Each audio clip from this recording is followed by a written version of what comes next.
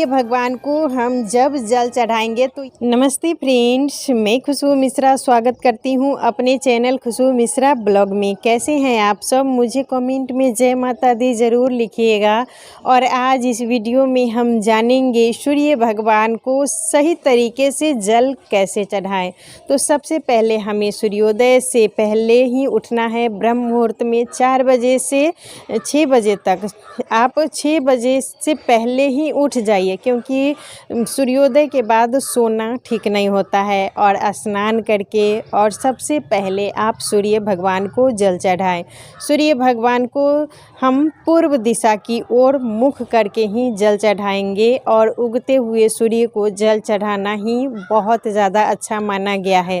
भगवान को हम जब जल चढ़ाएंगे तो अपना जो मुख है वो पूर्व दिशा की ओर ही रखेंगे और कभी भी पैर में चप्पल वगैरह पहन के सूर्य भगवान को हमें जल नहीं चढ़ाना है। सूर्य भगवान ही ऐसे देवता हैं, साक्षात देवता हैं, जो हमें दिखाई देते हैं। पंचदेव में सबसे पहले गणेश, शिव, विष्णु और दुर्गा माता और उसके बाद सूर्य भगवान आते हैं। तो पंचदेव उपासना की जाती है और सूर्य भगवान की उपासना हमें ज़रूर करनी चाहिए। और ऐसा माना जाता है कि शंकर भगवान के, महादेव के जो तीनों नेत्र हैं उसमें एक सूर्य भगवान हैं। तो इनकी प्रधानता इसीलिए बहुत ही विशेष रूप से मानी गई है। तो इसीलिए सूर्य भगवान को जल चढ़ाना बहुत ज़्यादा महत्वपूर्ण है। तो आप सूर्योदय से पहले ही और उगते हुए सूर्य भगवान को जो जल चढ़ाता है उसका भाग्य कभी नहीं सोता है।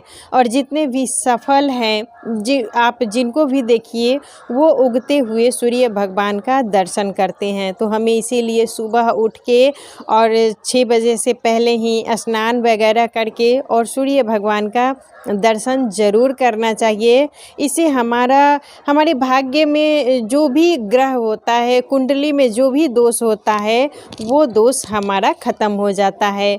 और सूर्य भगवान को हम तांबे के लोटे से ही जल चढ़ाएंगे, क्योंकि तांबा का लोटा ही सूर्य भगवान को जल चढ़ाने के लिए सबसे अच्छा माना गया है।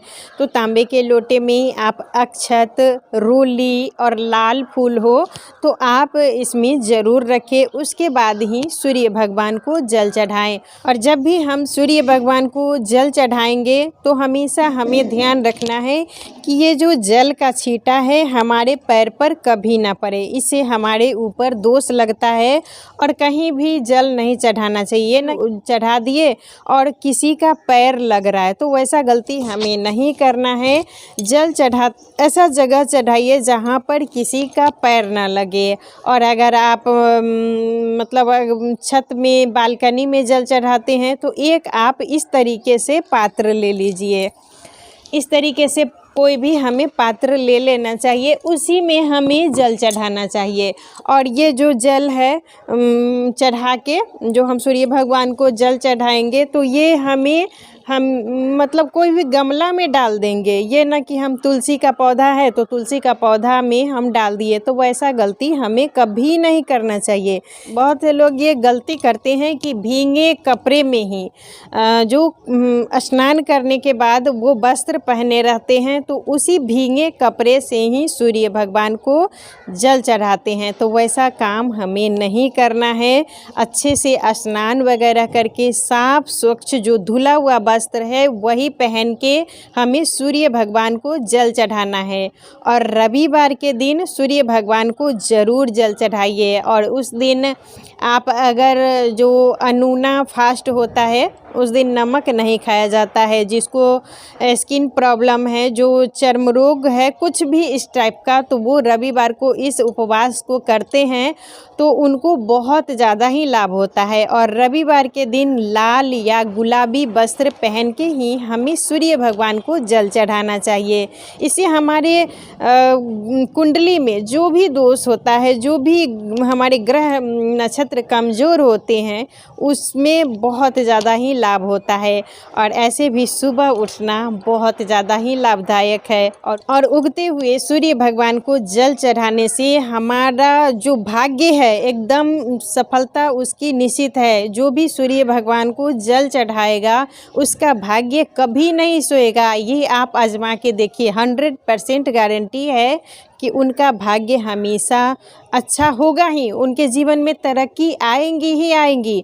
ये नहीं कि बस अब सोए हुए हैं, कुछ कर्म नहीं कर रहे हैं और कह रहे हैं कि हमारा भाग्य अच्छा बन ही नहीं रहा है। तो हम कर्म नहीं करेंगे तो हमारा भाग्य कोई भी जी है वो भी हमारा जो किस्मत लिखते हैं वो भी हमें नहीं सुधार सकते हैं। इसीलिए हमें सुबह उठना है, अपना अच्छे से कर्म करना है, भगवान को जल चढ़ाना है। सूर्य भगवान को जल चढ़ाने के बाद ही हमें तुलसी माता में जल चढ़ाना है और उसके बाद ही अपना जो पूजा मंदिर है जहाँ आप पूजा करते हैं वहाँ पर पूजा अर्चना कीजिए, जल चढ़ाइए। तो सूर्य भगवान को जल चढ़ाने का क्या नियम है?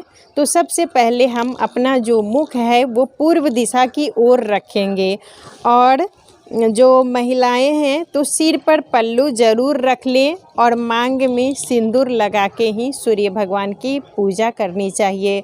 मांग में सिंदूर और कुछ श्रृंगार आप करें चाहे नहीं करें, लेकिन सिंदूर थोड़ा सा और जो मतलब बिंदी होता है वो लगा के ही सूर्य भगवान की उपासना हमें अर्घ देना चाहिए। तो हम ये जल का लोटा तैयार कर लेंगे, अक्षत, फूल, रोली ये सब डाल के, और जिन पति पत्नी के रिश्ते में मिठास नहीं रहती है वो इसमें गुड़ भी डाल सकते हैं। इनसे उससे हमारा जो प्यार है पति पत्नी का वो बढ़ता है। तो जल चढ़ाने का क्या नियम है? और सूर्य भगवान को हम जब जल चढ़ाएंगे तो ये हाथ का अंगूठा हम मतलब ये जल के लोटे में सटना नहीं चाहिए, इसको हम अलग रखते हुए और सूर्य भगवान को एक ही धार में जल चढ़ाएंगे और इसी धार को हमें देखते हुए ओम सूर्याय नमः, ओम सूर्याय नमः, ओम आदित्याय नमः, जो भी मंत्र आता है वो आप ज़रूर बोलिए।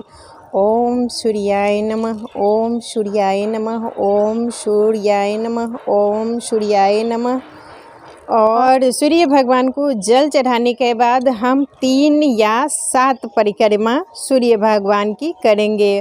और सूर्य की परिक्रमा करने का नियम है कि हमें जैसे घड़ी की सुई घूमती है उस तरीके से ही हमें सूर्य भगवान को घूमते हुए परिक्रमा करनी चाहिए।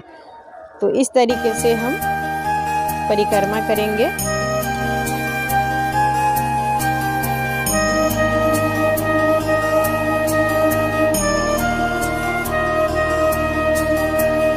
तो आप जब भी जल चढ़ाएं तो हमेशा ध्यान रखें कि जल का जो छींटा है हमारे पैर पर कभी नहीं आना चाहिए। तो या आपके पास कोई गमला हो तो उसमें वहाँ पर जल चढ़ा सकते हैं, नहीं तो आप एक पात्र लेके और जल चढ़ाइए और ये जल का छींटा हमारे पैर पर ना आए। और ये ध्यान रखना है कि इसमें मतलब ऐसा जगह जल ना चढ़ाएं कि दूसरे आके पैर लगाएं, तो उनको आपको तो दोष लगेगा ही लगेगा और जो आके पैर लगाएंगे जल के छींटे पर तो उनको भी दोष लगता है। तो इसीलिए हमें अच्छे जगह जल चढ़ाना चाहिए। और जो मतलब ये गमला में, मान लीजिए आप गमला में जल चढ़ा रहे हैं तो कभी भी तुलसी माता को हमें ये जल कहीं भी आप तुलसी जहाँ लगाए हुए हैं कोई भी तुलसी में आप ना डालें। इसको या तो कोई इस तरीके से पात्र में डाल दें तो वही सबसे अच्छा माना जाता है। तो इस तरीके से ही हमें सूर्य भगवान को जल चढ़ाना है। और सूर्य भगवान ही ऐसे साक्षात देवता हैं जो रोज़ हमें दिखाई देते हैं। और सब भगवान की तो हम मतलब ये नेत्र है उससे हम नहीं देख सकते हैं, लेकिन सूर्य भगवान ही ऐसे हमारे देवता है जो हमें साक्षात दिखाई देते हैं। और महादेव के 3 नेत्र में एक सूर्य भगवान को माना जाता है। तो सूर्य भगवान की जो उपासना करते हैं, जो पूजा करते हैं, उनके घर में हमेशा तरक्की और खुशी आती ही आती है। तो आज का वीडियो यहीं तक था, फिर मिलूँगी एक नए वीडियो में। वीडियो अच्छा लगे तो इसे लाइक कीजिएगा, मेरे चैनल को सब्सक्राइब कीजिएगा। फिर मिलूँगी एक नए वीडियो में, तब तक के लिए नमस्कार।